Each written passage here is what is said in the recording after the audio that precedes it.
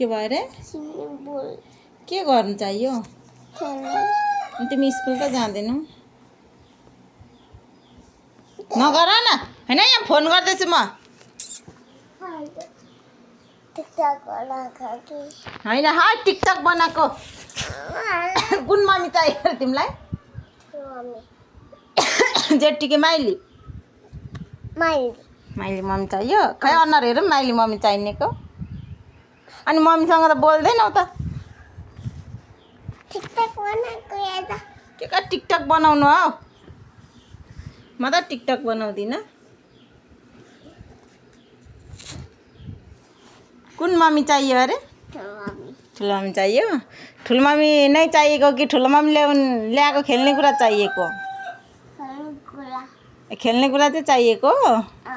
के ल्याइदिनुहुन्छ अरे मम्मीले?